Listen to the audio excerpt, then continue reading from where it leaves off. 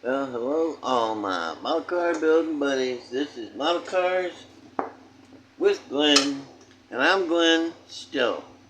Alright, I have no idea what the heck I'm going to be doing on this video. Okay? One thing I want to say is, over at Throttle Power, Tim Brown, he did a really good gasser video the other day. It's probably 2 or 3 videos back. He puts out a lot of them. But y'all go over to Throttle Power and check out Tim's video with the gassers in it. Really a good one. You know? And, yeah. Okay, well, this is just going to be a short video to kind of catch you up on what I've been doing. Because I've been doing some stuff. I got a couple stash ads and a little bit of progress on the Mad Max build and a couple other things. Let me see. Well, let me show you my brother's picture. If it don't fall before I get it. There. Alright. That is the background picture for the Mad Max build, and it's beautiful. It looks really cool. You saw this one once already, and it didn't have the mountains in it. And now that I've progressed a little farther on this build, he's progressed a little farther on his painting. Goes like that, you see. Isn't that nice? That is cool. I really like it. Sorry about the shaky picture. I got to get a better stand for this camera. But I did figure out how to get the light to work. So, you know, that's going on good. Okay, now what? I'm going to show you what I've been working on. Yep, that's what I'm going to do. I'm going to put my spotlight card up here for my buddies. Because that's where I got these stash ads that are coming up. Right now, though, I want to show you. This is that Buick Wildcat. Remember I told you I was working on it. I got a hood scoop on it. I cut this out of a, I think it's a 69 Vet L88 hood scoop. Cut it out and got it bonded on there. And I'll show you how I get you see how clean that thing is mounted? There's no glue showing or anything. I'll show you how I do that. You get the scoop and you hold her down in the right place. You gotta be in the right place. You might even want to run some tape across there. On the other side, see, you got this big hole? Put the glue in, the super glue, from the back. You hold this guy down and then put your little bit of super glue around the edges there and let it run around until it encompasses the whole thing. And then you got it without any further ado. Now, for the other thing is, this is not a how-to do, this is a how I did. See a cool wing on the back? And it fits the car. It looks like it was made for it, if you look at it right. And I'll show you how I did that. You want to start out with a piece of plastic that is wide enough to make the wing you want. And if it's going to be curved like this, it needs to be a little wider. And then you set your lengths right here to here. And, you know, that's going to follow the top of the quarters. See how they're even with the top of the quarters. Alright. Now here's the cool part. To get this neato shape, you know, the custom shape, I move it up here and follow the curve of the back window to follow the curve of the front of this. See that? Symmetrical. And now on the back, I held it up, and this shape here matches the shape of the trunk lid at the very back. See that when I hold it up like that? You see how it's the same? And then I just rounded the ends down because it's what you do. And I rounded the front corners like airplane wings. Left the back corners a little pointy. But that's how I got this cool custom wing. Just like that. You had to sand the front.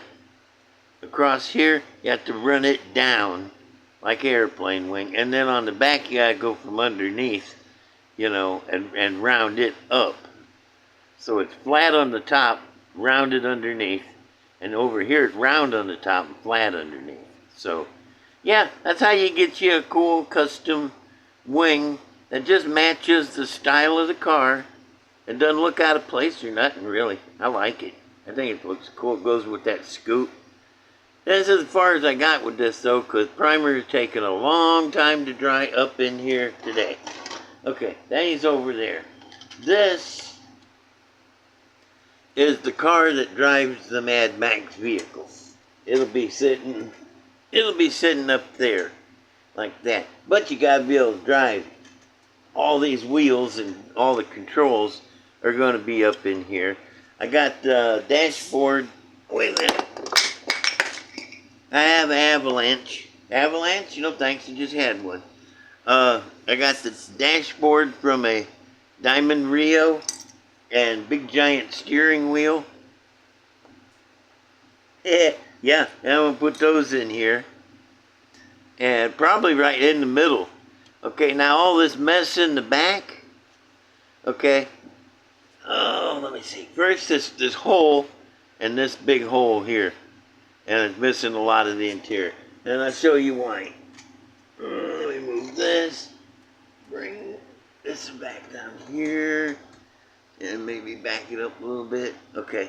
Now what's going to happen is I'm going to build a domicile right up here on top. Little camper house in the middle part of it. And it'll go from here to the back of the car. And I'm going to come up from the roof, up like this, and then back for the little camper house. You know, you got to have a place to sleep, you know. This is a living home, like a motor home, actually.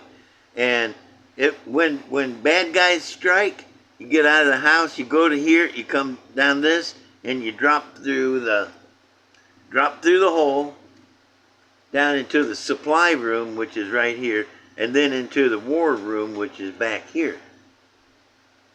And this is where all the guns and cannon turrets and all that's going to be sticking out the side.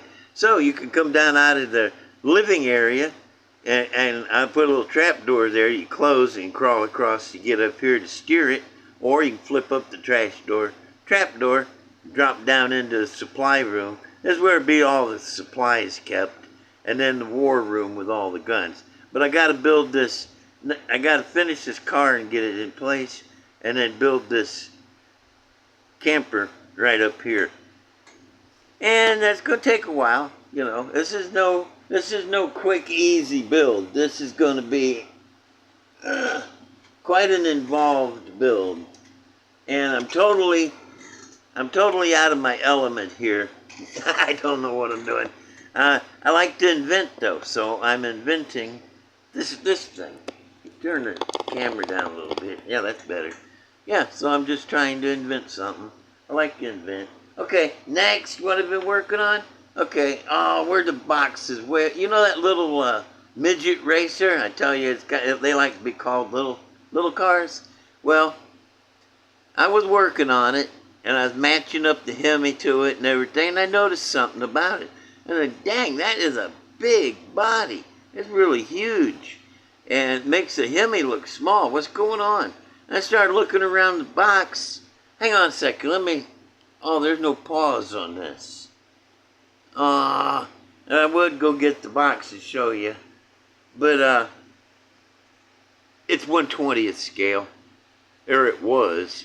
I took 1/4 of an inch out of the middle here. Brought it down. I got rid of this padding that was around there. Also, if you can, I don't know if you can see it, tell it or not, but this is filler piece on either side. Let me point from underneath. It comes down here, it goes back and up, and it's about that wide. Filler piece to bring the sides up, because I like riding in the car, not on the car. And this piece here, I cut it off right across there. See where the cut line is in there. Cut it off, moved it back about that far, you know, and then trimmed off the ends there.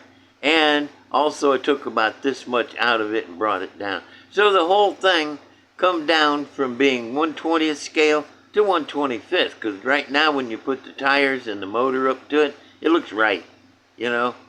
I wanted to use a shrink ray on it and just shrink it down the easy way, but you know, everybody knows there's no such thing as a shrink ray.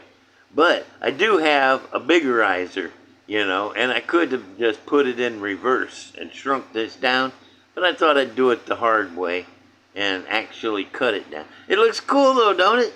That's going to make one heck of an altered instead of a quarter midget race car, or midget race car. Anyway, pretty cool, huh?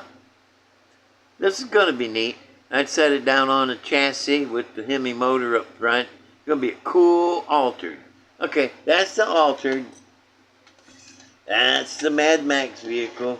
This is the Buick Wildcat, and it's going to be cool. It's going to be way cool.